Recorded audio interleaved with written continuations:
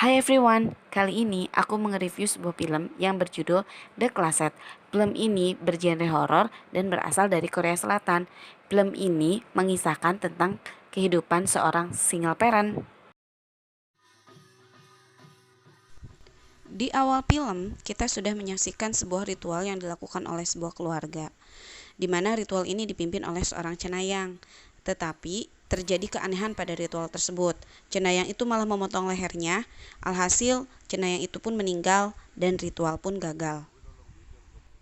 Beberapa tahun kemudian, tampaklah seorang anak dan seorang ayah yang sedang mengendarai mobil. Mereka berdua sedang melakukan perjalanan menuju ke rumah baru.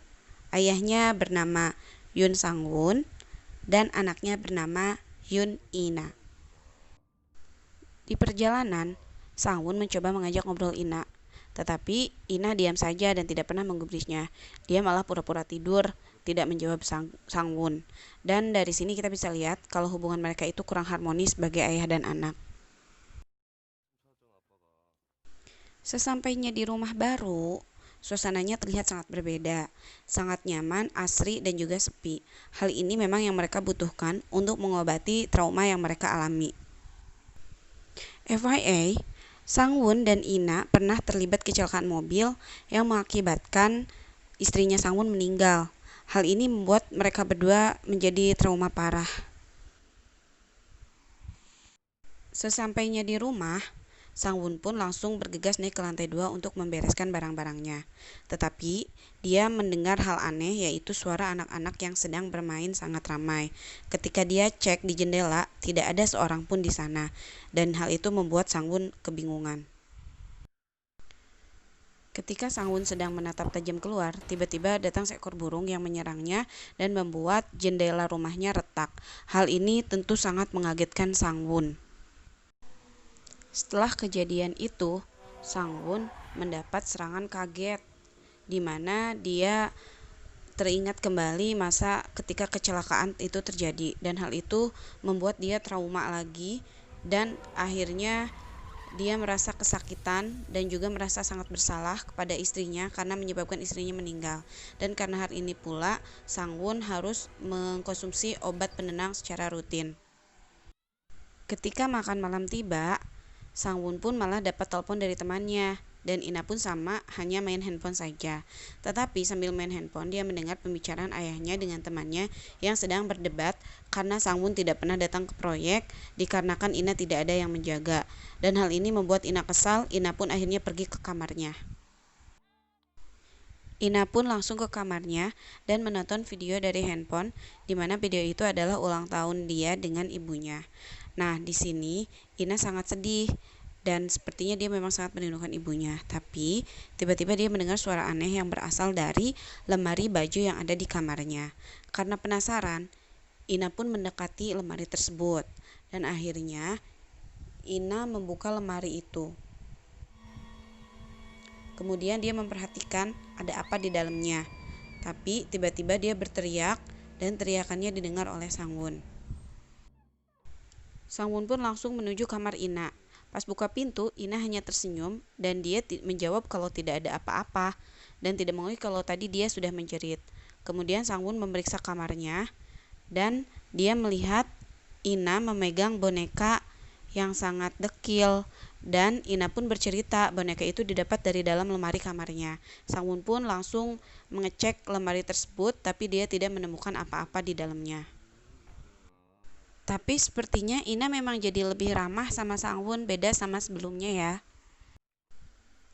Keesokan paginya, ketika sarapan, Ina sangat bersemangat dan dia pun sampai menghabiskan makanan. Tidak seperti biasanya, Sang-won merasa aneh, tapi dia sangat senang dengan perubahan tersebut.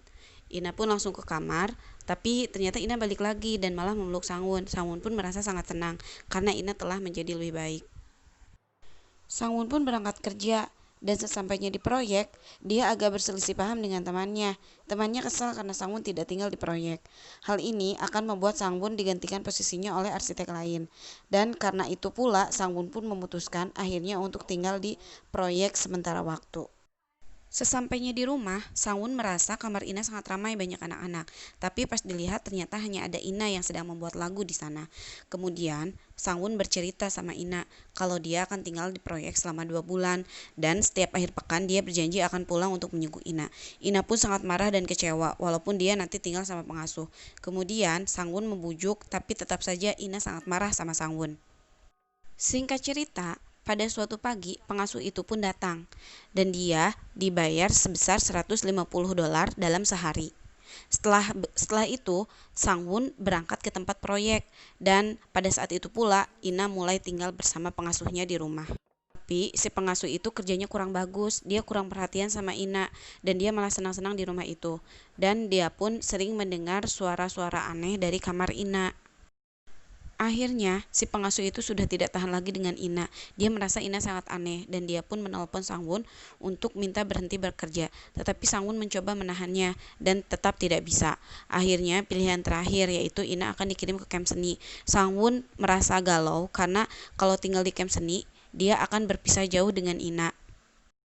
Sementara itu, di kamar Ina berjalan mendekati lemari bajunya dan dia berbicara dengan yang ada di lemari baju itu.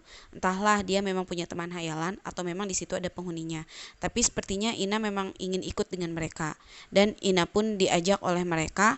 Akhirnya, setelah kejadian itu, Ina menghilang dari rumahnya. Semenjak itu, Ina pun dinyatakan menghilang. Sangwon pun tidak tinggal diam. Dia mencari Ina kemana-mana, tapi tidak ada titik temu sama sekali. Dan ke polisi pun dia sudah laporan berkali-kali. Tapi ya begitu, polisi juga sama, kebingungan karena tidak ada jejak sama sekali yang Ina tinggalkan, sehingga sulit untuk ditemukan. Akhirnya, Sangwon pun mengikuti sebuah program TV untuk mencari Ina. Dan di situ dia diwawancara dan juga menceritakan tentang Ina. Dia berharap dengan dia ikut acara TV tersebut ada titik temu yang bisa mempertemukan dia dengan Ina kembali.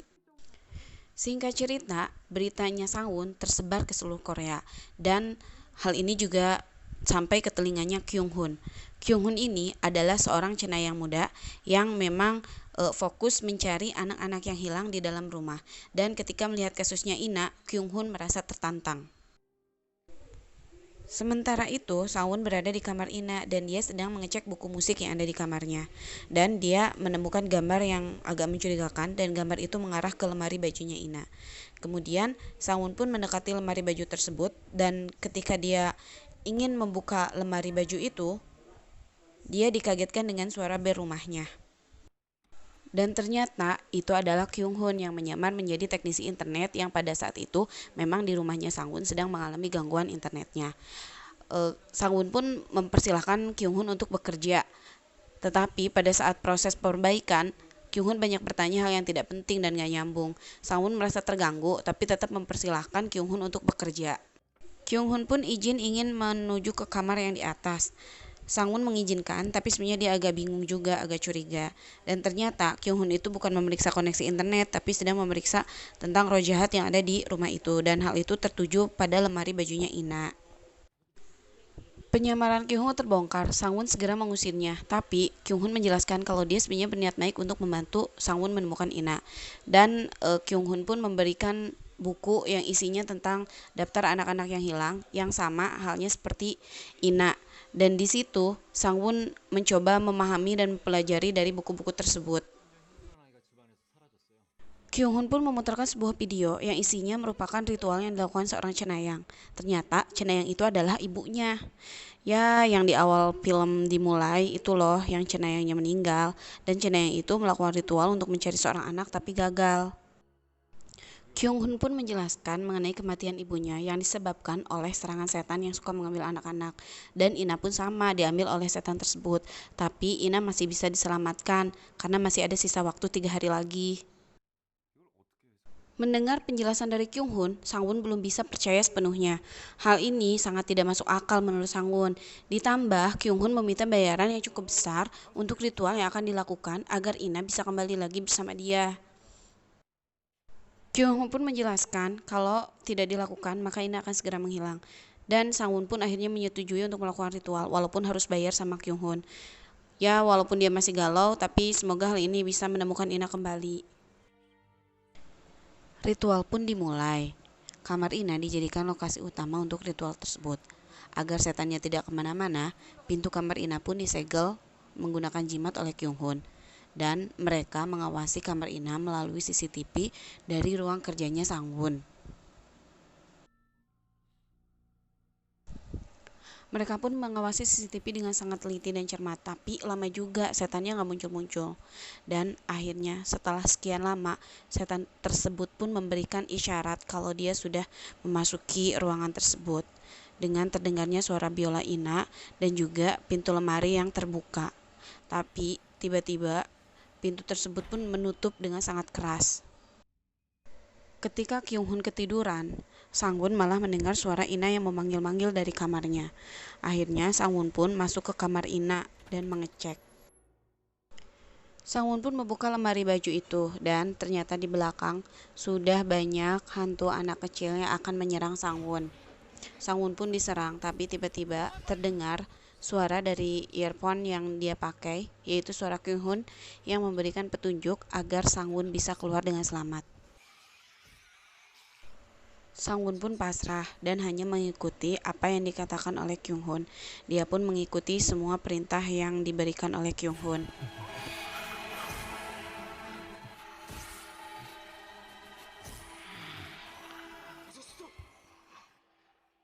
Tiba-tiba Kyung Hun meminta Sang Won untuk berhenti, gak boleh bergerak sama sekali. Dan di situ Kyung Hun berniat untuk menolongnya. Tapi pas dia mau berangkat menolong Sang Won, dia malah didatangi sama leadernya hantu anak kecil itu. Kyung Hun pun dihajar habis-habisan oleh hantu tersebut. Tapi Kyung Hun tidak tinggal diam, dia pun melawan hantu anak kecil itu. Pas dia lagi ngelawan, dia melihat kalau hantu itu mirip sama anak yang hilang, yaitu Myung Jin. Tapi apesnya, karena hantu anak kecil itu lebih kuat, Kyung Hun pun kalah tersungkur dan diketemukan oleh Sang Won yang pada saat itu sudah terbebas dari ruangan kamar Ina yang dipenuhi oleh hantu anak kecil. Dan di situ Kyung Hun merasa sangat malu sama Sang Won karena ternyata dia dikalahkan oleh hantu anak kecil. Kyung Hun pun dilarikan ke rumah sakit dan di perjalanan dia ngasih tahu Sang Won kalau hantu tersebut adalah Myung Jin. Sang Won langsung mencarinya di daftar anak hilang yang waktu itu pernah dia lihat dari Kyung Hun, dan di situ dia menemukan mengenai Myung Jin beserta dengan alamatnya. Sang Won pun langsung menuju ke rumahnya Myung Jin, tapi kondisinya itu agak menyeramkan karena posisinya ada di tengah hutan. Dan ketika dia menemukan sebuah rumah, dia memasukinya, tapi tiba-tiba dia diserang oleh ayahnya Myung Jin yang pada saat itu sepertinya sedang kerasukan. Pas lagi diserang, Sang Won mendapat penglihatan mengenai masa lalunya Myung Jin. Yang ternyata Myung Jin itu bukan hilang, tapi dibunuh oleh ayahnya sendiri yang pada saat itu sedang mengalami masalah ekonomi sehingga dia memutuskan untuk membunuh anak dan istrinya. Dan yang parahnya lagi, Myung Jin itu dibunuh dengan cara dimasukkan ke dalam lemari dan rumahnya itu dibakar, jadi kayak dibakar hidup-hidup di dalam lemari gitu. Makanya Myung Jin itu munculnya selalu dari lemari. Untungnya, Sang Won terselamatkan oleh kedatangan Kyung Hun, tapi tidak begitu dengan ayahnya Myung Jin. Dia meninggal dengan cara yang sangat sadis. Hal ini mungkin perbuatan dari Myung Jin yang ingin membalas dendam pada ayahnya karena telah membunuh Myung Jin dan ibunya dengan cara yang sadis. Perjalanan pulang, Sang Won bercerita kalau dia mengetahui masa lalu Myung Jin yang mengenaskan. Dan di situ, Kyung Hun berpendapat Myung Jin adalah kasus anak yang terluka dan meninggal karena orang tuanya, sehingga dia mengumpulkan anak-anak yang mengalami hal yang sama dengan dia agar bisa membalaskan dendam mereka pada orang dewasa. Hal inilah yang terjadi juga pada Ina. 그러니 나의 마음이 없었으면 하는 아빠랑 사는 게 어땠을지 아저씨가 맞아. Ritual berikutnya pun dimulai. Hal ini merupakan kesempatan terakhir sebelum Ina benar-benar dinyatakan menghilang dan menjadi hantu seperti halnya Myung Jin. Kyung Hun mulai membacakan mantra, sedangkan Sang Won ditempatkan di dalam lemari. Lemari baju itu dianggap sebagai pintu penghubung antara dunia hantu dengan dunia manusia. Sebelum ritual dimulai, pintu lemari pun disegel menggunakan jimat.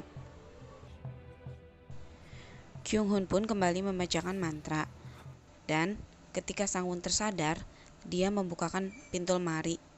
Ternyata dia sudah berada di dunianya Myung Jin, alias dunianya hantu. Ketika di dunia hantu, Sang Won mendapatkan beberapa serangan, dan itu sangat mengagetkan dia. Yang pertama yaitu serangan pisau. Kemudian dia diserang juga oleh hantu ayahnya Myung Jin.